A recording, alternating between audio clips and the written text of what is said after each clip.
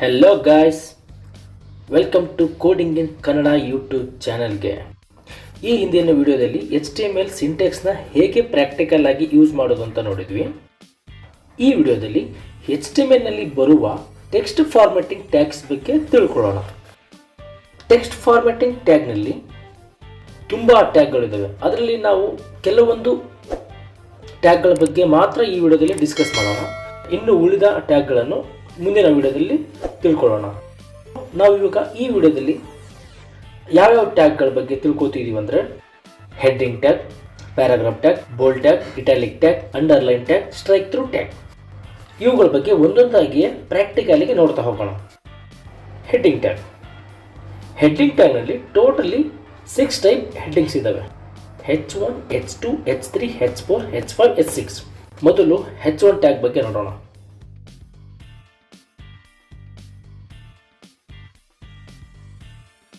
ಇದನ್ನು ರನ್ ಮಾಡಿ ನೋಡೋಣ. ನೋಡ್ತಾ ಇದ್ದೀರಲ್ವಾ, ಡಿಫಾಲ್ಟ್ ಆಗಿ ಬೋಲ್ಡ್ ಮತ್ತು ಸೈಜ್ ಕೂಡ ತುಂಬ ದೊಡ್ಡದಿದೆ. ಇದರಿಗಿಂತ ನೆಕ್ಸ್ಟ್ ಇನ್ನು ಚಿಕ್ಕ ಸೈಜ್ ನೋಡೋದಾದರೆ H2 ಟ್ಯಾಗ್ನ ಯೂಸ್ ಮಾಡಬೇಕು. ಈ ಲೈನ್ನ ಕಾಪಿ ಮಾಡ್ಕೊಳ್ಳಿ, ಕೆಳಗಡೆ ಪೇಸ್ಟ್ ಮಾಡ್ಕೊಳ್ಳೋಣ. H1 ಇರೋ ಜಾಗದಲ್ಲಿ H2 ಅಂತ ಹಾಕಿ, ಜಸ್ಟ್ ಒಂದಿರೋದನ್ನು ತೆಗೆದುಬಿಟ್ಟು 2 ಅಂತ ಹಾಕಿ. ಎರಡೂ ಕಡೆ ನೀವು ಹಾಕೋ ಅವಶ್ಯಕತೆ ಇಲ್ಲ, ಒಂದು ಸೈಡ್ ಚೇಂಜ್ ಮಾಡಿದರೆ ಸಾಕು, ಎರಡೂ ಸೈಡ್ ಚೇಂಜ್ ಆಗುತ್ತೆ. ನೋಡಿ, ಇಲ್ಲಿ ಈ ಸೈಜ್ಗಿಂತ ಈ ಸೈಜ್ ಕಡಿಮೆ ಇದೆ.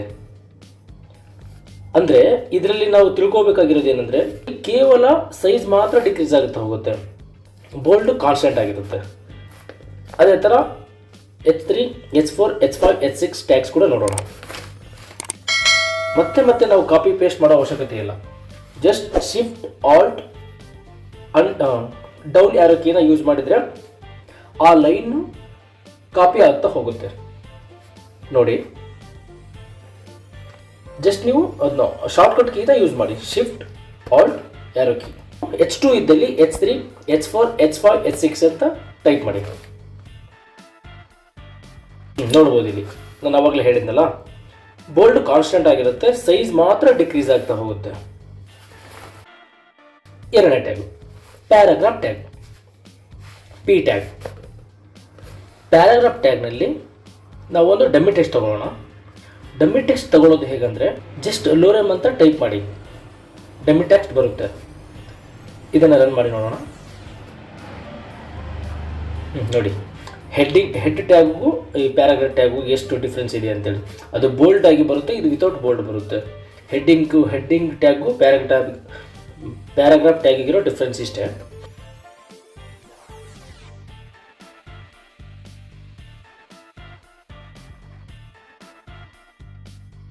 ನೆಕ್ಸ್ಟ್ ಟ್ಯಾಗ್ ಬಂದ್ಬಿಟ್ಟು ಬೋಲ್ಡ್ ಟ್ಯಾಗ್. ಬೋಲ್ಡ್ ಟ್ಯಾಗ್ನ ನಾವು ಪ್ಯಾರಾಗ್ರಾಫ್ ಟ್ಯಾಗ್ನಲ್ಲಿ ಯೂಸ್ ಮಾಡ್ತೀವಿ. ಅದನ್ನು ಹೇಗಂತ ನೋಡೋಣ. ಈ ಪ್ಯಾರಾದಲ್ಲಿ ಇಲ್ಲಿಂದ ಇಲ್ಲಿವರೆಗೆ ನಾವು ಬೋಲ್ಡ್ ಮಾಡ್ಬೇಕು ಅಂದ್ಕೊಂಡಿರ್ತೀವಿ ಅಂದ್ಕೊಳ್ಳಿ, ಹೈಲೈಟ್ ಮಾಡಬೇಕು ಅಂತ ಅಂದ್ಕೊಂಡಿರ್ತೀವಿ ಅಂದ್ಕೊಳ್ಳಿ. ಅದನ್ನು ನಾವು B ಟ್ಯಾಗ್ನಲ್ಲಿ ಹಾಕಬೇಕು. ಜಸ್ಟ್ ಕಟ್ ಮತ್ತು ಪೇಸ್ಟ್ ಮಾಡಿ ರನ್ ಮಾಡಿ ನೋಡೋಣ. ನೋಡ್ತಾ ಇದ್ದೀರಾ ಇಲ್ಲಿ ಈ ಪ್ಯಾರಾಗ್ರಾಫ್ನಲ್ಲಿ ಈ ಲೈನ್ ಮಾತ್ರ ಬೋಲ್ಡ್ ಆಗಿದೆ. ಸೊ B ಟ್ಯಾಗ್ ಅಂದರೆ ಬೋಲ್ಡ್ ಟ್ಯಾಗ್ನ ನಾವು ಯಾವುದು ಹೈಲೈಟ್ ಮಾಡಬೇಕು ಅಂದ್ಕೊಂಡಿರ್ತೀವೋ ಅಲ್ಲಿ B ಟ್ಯಾಗ್ನ ಯೂಸ್ ಮಾಡ್ತೀವಿ. ಇನ್ನೊಂದು ಟ್ಯಾಗ್ ಬಂದ್ಬಿಟ್ಟು ಇಟಾಲಿಕ್ ಟ್ಯಾಗ್. ಇದು I ಟ್ಯಾಗ್ ಅಂತಾರೆ. I ಟ್ಯಾಗ್ನ ಇಲ್ಲಿಂದ ಈ ಲೈನಲ್ಲಿ ಯೂಸ್ ಮಾಡೋಣ. ಅದನ್ನು ಕೂಡ ಪ್ಯಾರಾಗ್ರಾಫ್ನಲ್ಲಿ ಯೂಸ್ ಮಾಡೋಣ. ನೋಡಿ, ಇಲ್ಲಿ ಇಟಾಲಿಕ್ ಸ್ಟೈಲಿಶ್ ಆಗಿ ಕಾಣ್ತಾ ಇದೆ ಈ ಲೈನು. ಇದನ್ನು ನಾವು ಇಟಾಲಿಕ್ ಟ್ಯಾಗ್ನ ಯೂಸ್ ಮಾಡಿಕೊಂಡು ಈ ಥರ ಮಾಡ್ಕೋತೀವಿ. ಇನ್ನೊಂದು ಟ್ಯಾಗ್ ಬಂದ್ಬಿಟ್ಟು ಅಂಡರ್ಲೈನ್ ಟ್ಯಾಗ್. ಈ ಟ್ಯಾಗ್ನ ನಾವು ಹೆಡ್ಡಿಂಗಲ್ಲೂ ಯೂಸ್ ಮಾಡ್ಬೋದು, ಪ್ಯಾರಾಗ್ರಾಫ್ ಟ್ಯಾಗ್ನಲ್ಲೂ ಯೂಸ್ ಮಾಡ್ಬೋದು. ಮೊದಲಿಗೆ ನಾವು ಹೆಡ್ಡಿಂಗ್ ಟ್ಯಾಗ್ನಲ್ಲಿ ಯೂಸ್ ಮಾಡಿ ನೋಡೋಣ.